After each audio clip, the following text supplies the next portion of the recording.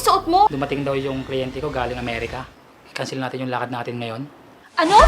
Hindi tayo matutuloy? Yan ang i-cancel mo! Sasabihin mong ganyan? I-cancel? Tignan mo ang sarili mo.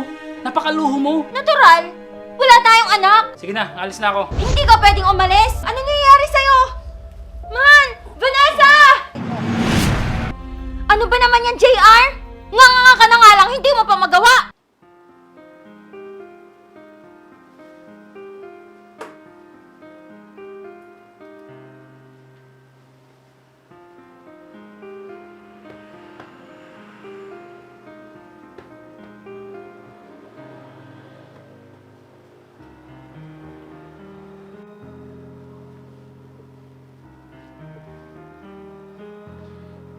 Vanessa, okay naman na siguro to, no?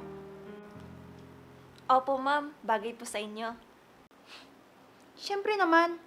Kailan ba naman ako nagsuot ng hindi bagay sa akin, di ba? Sabi ko nga po. Kabaliktaran ng ugali ni sir si ma'am. Kung gaano kabait si sir, ay siya namang sama ng ugali ni ma'am. Hay nako, kung di lang mabait si sir, matagal na akong umalis dito. Oh, anong tinitingin-tingin mo dyan? Wala po, ma'am. Tagal naman ng taong to. Mapapanis na ako dito, oh. Sige Ruby, palis na ako. Oh, mahal. Bakit ganyan yung suot mo? Di ba lalabas tayo? Mahal, pasensya ka na. Bigla kasing tumawag yung sekretary ko sa opisina. Dumating daw yung kliyente ko galing Amerika. Kaya pwede ba i-cancel natin yung lakad natin ngayon? Ano? Ilang oras ako naganda at naghanap ng masusuot? Tapos hindi tayo matutuloy? Hindi pwede! Yan ang i-cancel mo! Mahal, hindi naman pwede. Nako, parang nakikita ko na. Gera na naman to. Mahal, bigtan yung kliyente kong ito. Kaya mas importante unahin ko siya. Mas importante yan kaysa sa akin? Ganon ba, JR?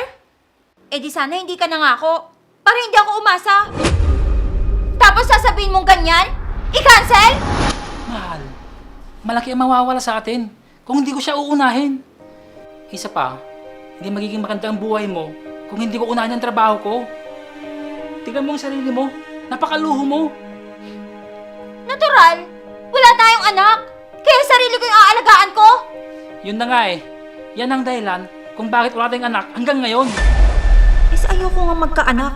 Ayoko maging losyang dahil sa pag-aalaga ng bata. Sige na, alis na ako. Hindi ka pwedeng umalis. Pinaliwanag ko na sa'yo, di ba? Kahit sino pa yung kliyente mo, wala akong pakialam. Bakit pa hindi mo maintindihan? Gusto mong umalis? O di sige, umalis ka! Sabi ko na nga ba? Lovely, ano ba? Man! Ano nangyayari sa'yo? Man! Vanessa! Ang sir mo! Vanessa! Bakit, ma'am? Anong nangyari kay sir? Ipaupo nga natin si sir mo saglit. Man! Man! Ay, Vanessa, tumawag ka ng ambulansya, dalan mo! Sige po, ma'am. Man! Man, gumising ka! Vanessa! Man! Man!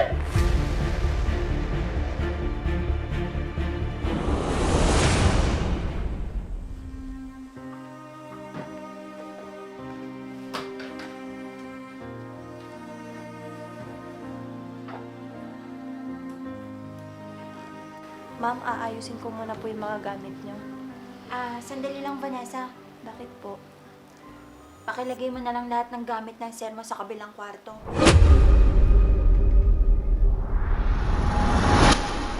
Po?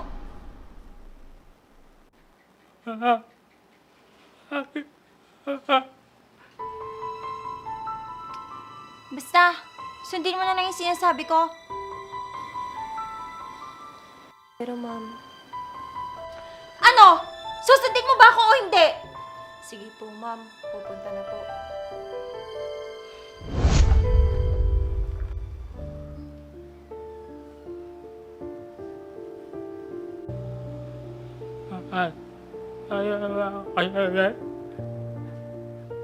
Ay nako, JR.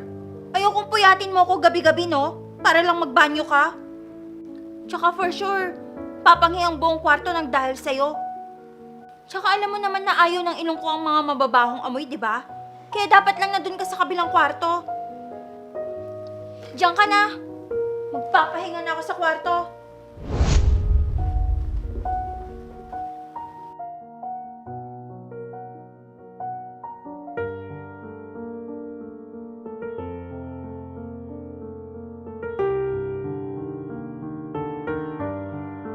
Parang hindi asawang turing ni Ma'am kay Sir. Hindi ba niya mahal ang asawa niya? Bakit parang pinagdidirihan niya ito?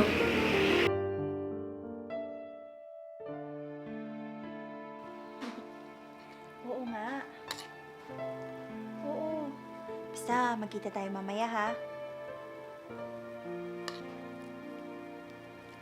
Oo. Oo talaga. Oo nga. Basta hintayin mo.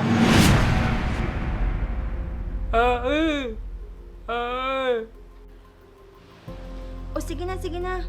Basta magkita na lang tayo mamaya. Ano ba naman yan, JR?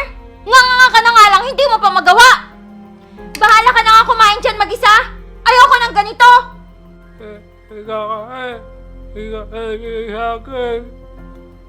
At ako pa talagang sinisisi mo? Eh kung hindi ka sana nagkaganyan, eh di wala tayong problema. Tapos, ako ang sisisihin mo kung bakit ganito? Ano bang pakailan mo, ha? Anong gusto mo? Buruhin ko yung sarili kong kakabantay dyan sa buisit na wheelchair na yan? Alam mong hindi ko pangarap yung ganitong buhay, JR! At alam mo yan! Kala ko, hindi ko tayo nagagawa kanyang buhay. Oo, noon. Pero ngayon, wala ka ng silbi. Ang iniwan ko ang asawa, ako ang asawa. Oo, asawa mo ako. Pero hanggang doon na lang yun ngayon. Paano na ako, ha? Kung ano ako noon, walang magbabago, JR. Pupunta pa rin ako kung saan ko gusto at kung saan ako masaya. Hindi ko ikukulong yung sarili ko para lang alagaan ka, no? Vanessa! Vanessa! Vanessa! Ay, Diyos ko! Anong nangyari dito?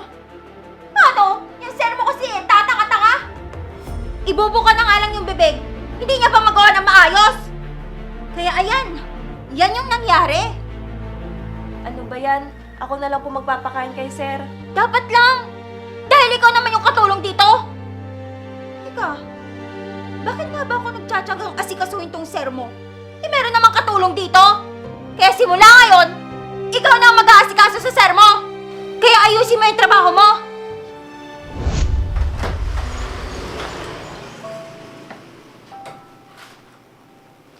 Pasensya na po kayo, Sir, ha? Baka wala lang po sa mood si Ma'am. Hayaan niyo po. Ako na po ang magpapakain sa inyo. Kaya tawagin niyo na lang po ako pag may kailangan kayo. Huwag po kayo mahihiya sa akin, Sir. Salamat. Sige po, Sir. Kumain na po kayo para makainom na po ng gamot.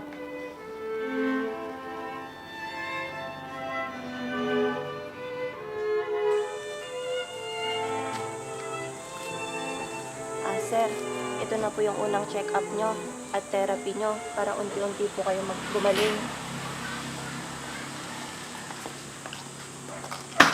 Ma'am, saan po kayo pupunta? Ano bang pakailam mo?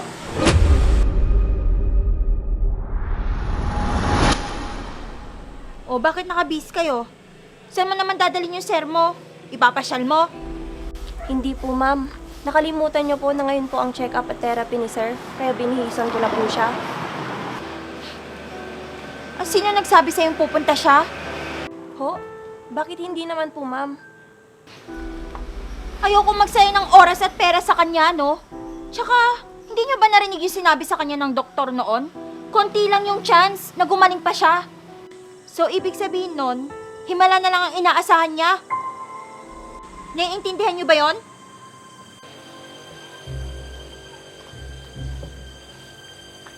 Kaya pasensya ka na, JR. Dahil ayoko sayangin ang pera natin para lang sa mga walang kwentang gamutan mo. Pero Pero ma'am, wala naman pong masama kung susubukan po natin. Malay po natin ma'am, makarecover si sir at gumaling pa siya. Wala pong masasayang na oras at pera pag nagkataon. Huwag mo akong tuturuan sa mga gagawin ko! Dahil katulong ka lang dito! Kaya ikaw, JR, hanggang ganyan ka na lang habang buhay. Kaya ikaw, pakailamerang katulong. Kung gusto mong ipagamot tong sir mo, ipagamot mo kung may pera ka. Dahil ang pera namin, para sa akin lang. Mga panira ng araw! Mga buwiset! Sir, huwag kayong mag-alala. Gagawa po tayo ng paraan para may pagamot kayo.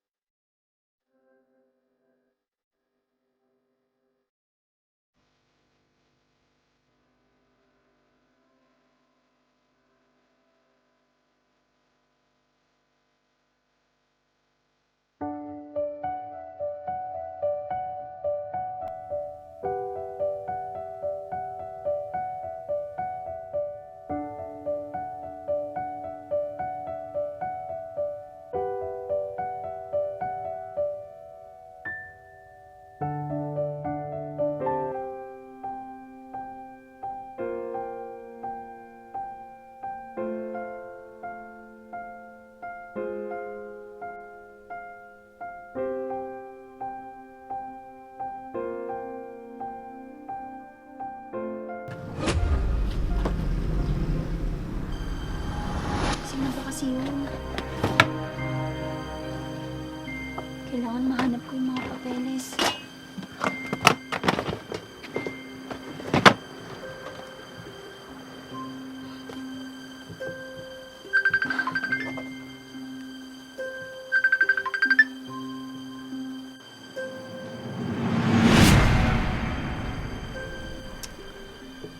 Hello, babe. Bakit ka ba tumatawag? Di ba sabi mo, lalabas tayo ngayon? Babe, ibig sabihin may lalaki si Ma'am Lovely? Oo. Kaya medyo malilate ako ngayon. Ha? Bakit naman? Di ba nga sinabi ko na sa'yo? Hahanapin ko ang mga papeles ng bahay at lupa. Pati na rin yung mga records ng bank account ni JR. Pag nakuha ko yun, papipirmahin ko na si JR para ako nang may access sa lahat. Magagawa na rin natin yung mga gusto natin, babe. Kaya pala ayaw mong pagamot si sir. Kasi may iba kang kinahumalingan. Wala kang kasing sama, Ma'am Lovely.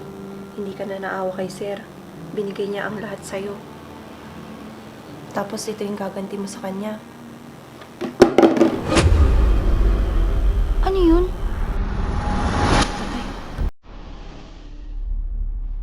Sino yan? May tao ba dyan?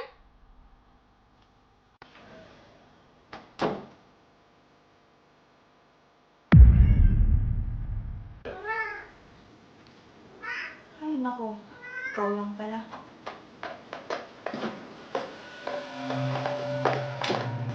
Akala ko patay na ako. Mabuti na lang. Salamat sa'yo ah.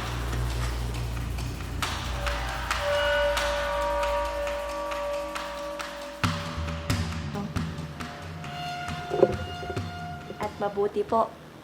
Nakakapagsalita na kayo ng maayos. Maraming salamat sa Diyos at hindi niya kayo pinabayaan.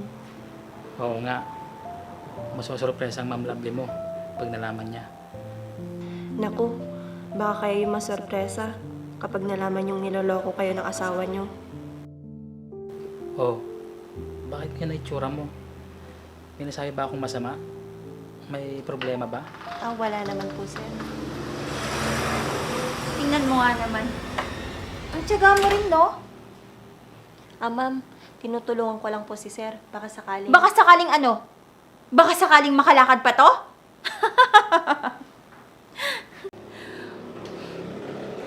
Tanggapin mo ng katotohanan, JR, na kahit kailan, hindi ka na makakalakad.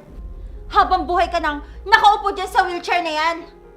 Pero ma'am, alam niyo po ba... Vanessa, Nakakapagsalita ka na ng diretsyo? Anong ginawa mo? Paano nangyari to? Bakit nakakapagsalita na siya ng diretsyo?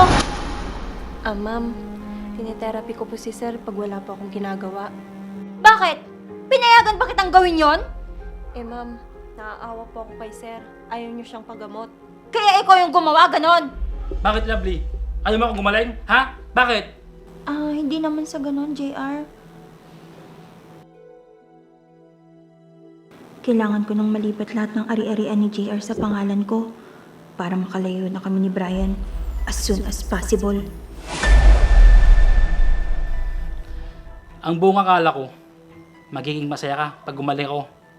Pero bakit parang kabaliktaran ang iniisip ko? Imbis na magpasalamat kay Vanessa, dahil nagmamalasakit siya para gumaling ako, ganyan ka pa? Ikaw pa ang galit? Bakit? Di ba ayaw mo kasi lang ng pera? Dahil sa papapagamot ko? Akala mo siguro hindi ko alam.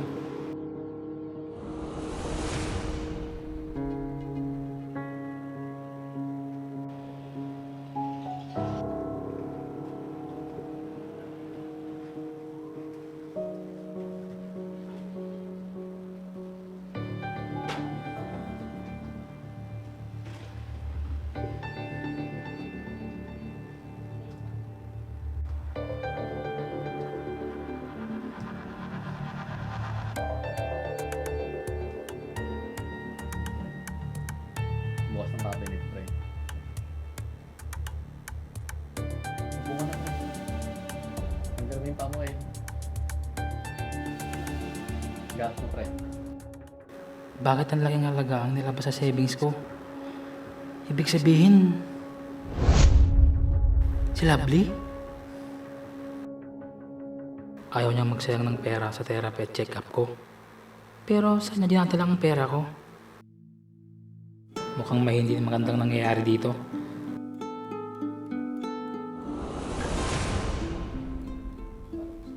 Ikaw ang masosurpresa, Lovely. Makikita mo. Hindi ako papayag. Dapat maisagawa ko ng plano ko bago pa mambulyaso ang lahat. Mukhang base na base ka. Saan ka galing? Mahal kong asawa? Wala. Nagkipagkita lang ako sa kumari ko. Ganon. Sino kumari mo? Hindi na importante yon. O sige na, magbibihis na ako. Huwag sana magkatotoo ang iniisip ko. Sir, tara na po sa kusina. Papakainin ko na po kayo. Vanessa, sandali lang. Maupo ka muna. Bakit po? Vanessa, saan mo pala kinukuha yung perang pinanggagastos mo sa akin para gumaling ako? Yung paunti-unti po, kinukuha ko po sa sahod ko. Ang buong akala ko, binibigyan ka ng asawa ko. Hindi po. Diba ayaw niya po kayong pagamot dahil sayang daw po yung pera? May gusto ka bang sabihin sa akin tungkol kay Ma'am Lovely mo? Vanessa?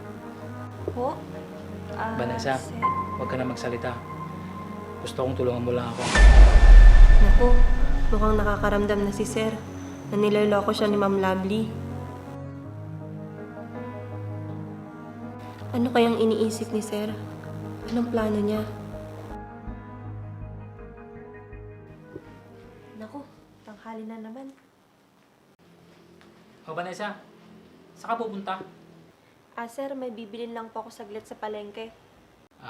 Si Ma'am Lovely mo, nakita mo ba? Naku, sir.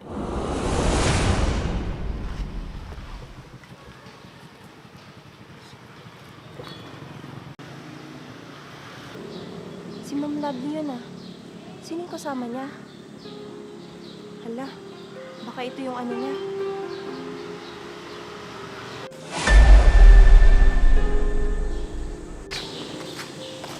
Babe. Hindi ko pa nahanap yung mga papeles sa bahay. E, paano yan? Di ba, sabi mo, unti-unti na siya nakaka-recover? Ano kayong pinag-uusapan nila? Lapitan ko nga. Upo muna nga tayo. Dito tayo mag-usap.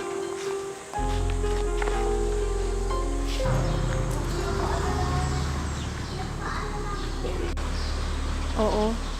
Unti-unti na nga siyang nakaka-recover. Pero hayaan mo, babe. Huwag ka mag-alala. Mahanap ko rin yun. Bilis-bilisan mo lang yung paghahanap, babe. Baka kasi mabulilyaso yung mga plano natin. Plano? Anong mga plano? Hindi ako papayag, babe. Lahat ng meron si JR, mapapasakin. At pagkatapos nun, magpapakalayo-layo na tayo at magpapakasal. Tapos si JR, may iwang luhaan at pupulutin sa kangkungan.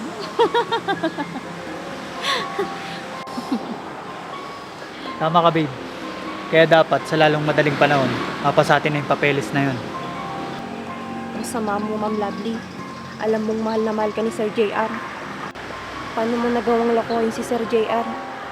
Sa pagkakataong to, sasabihin ko to kay Sir JR.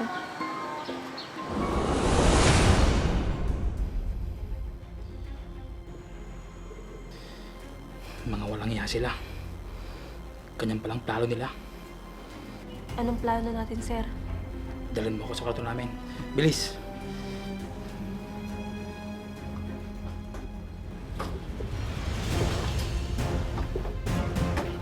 Oh, sakay Ma'am, gusto lang kong magpangin ni Sir.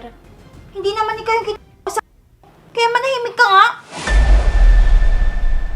Narinig mo siguro yung sinabi ni Vanessa, di ba? Okay, fine. Eh di umalis na kayo. Vanessa, tara na.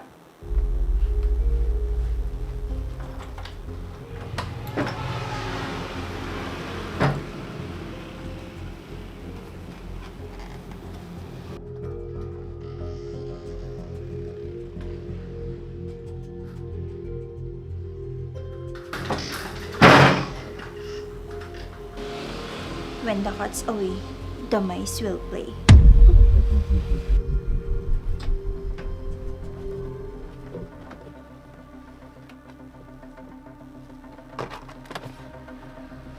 Nasaan na yun?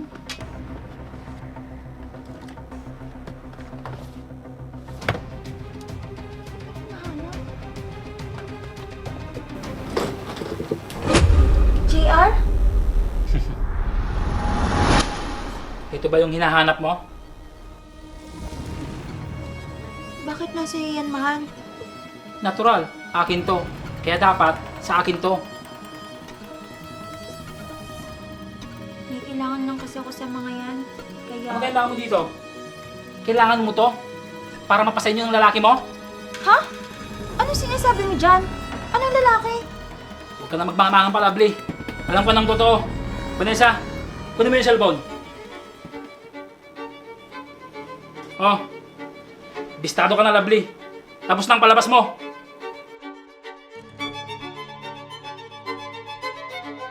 At ito pa. O ito, kausapin mo. Sino to? Sorry. Ikukulong nila ako pag hindi ako nagsabi ng totoo. Pinahuli ako ng asawa mo. Nandito ako ngayon sa presinto. Amin na yan. Bakit mo naman ginawa yung JR? Anong gusto mo? Pabayaan kang iputan ng ulo ko? Habang nagpapasabi sa pera ko? Ano ang klase kang asawa, Lovely? Sa tingin mo, masaya pa ba akong kasama ka kung ganyan yung kalagayan mo? Hindi mo nga may bigay yung mga kaligayahan ko? Kaya dapat lang, nahanapin ko yun sa iba. At si Brian yon. Kaya kahit ano pang sabihin mo, wala ka ng silbi habang buhay! Ngayon mo sabihin na wala akong silbi, ha, Lovely? Dahil ba akala mo, habang buhay ako nung nakupo sa wheelchair na yan? Pwes, nagkakamali ka. Heto ako ngayon! Malaki ang pasalamat kay Vanessa. Kung dahil sa kanya, baka nagkatotoo ang nakakala mo. Kaya utang ko sa kanya ang paggaling ko. At ikaw, Lovely, ikaw ang pinakamalaking pagkakamali ng gawa ko. Maling-mali na ka ng sobra. Ang tanga ko! Sir, kumalma po kayo. Nang dahil sa iyong babae Bakit ka! sa Vanessa? Kahit ibigay ko pa sa kanyang lahat, kulang pa yun sa kabutihan niyang nagawa niya.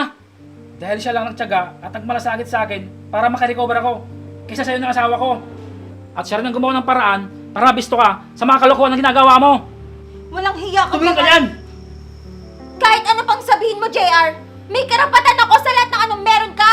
Dahil asawa mo ako! Eh siya, anong karapatan niya? Lahat, meron siya. Dahil magmula ngayon, bibisyo siya ng paintulot. At ikaw, mawawala lahat ng karapatan sa'yo. Hindi mo kayang gawin yun, JR. Nagawa ko na, Lovely. Anong ibig mo sabihin?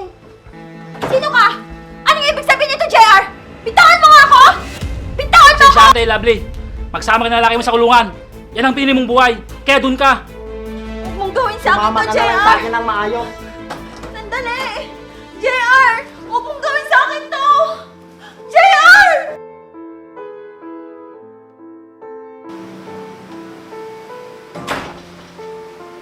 Sir, paano na po kayo? Ano na pong mangyayari sa buhay nyo? Ngayon ay ipakulong nyo na po si Ma'am Lovely at ang lalaki niya. At saka sir, magaling na po kayo. At hindi nyo na po siguro ako kailangan. Nagkakamali ka, Vanessa. Kaya kita lubos na kailangan.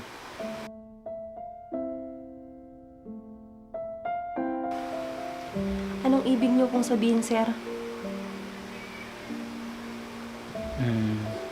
Pwede bang ikaw na lang yung makasama ko habang buhay? Nakita ko kung paano mo ko alagaan at pag malasakitan noon, alam kong hindi mo ko sasaktan. Kagaya ni Lovely. Mapahig ka ba, Vanessa? Oo naman po. Napamahal na po kayo sa akin.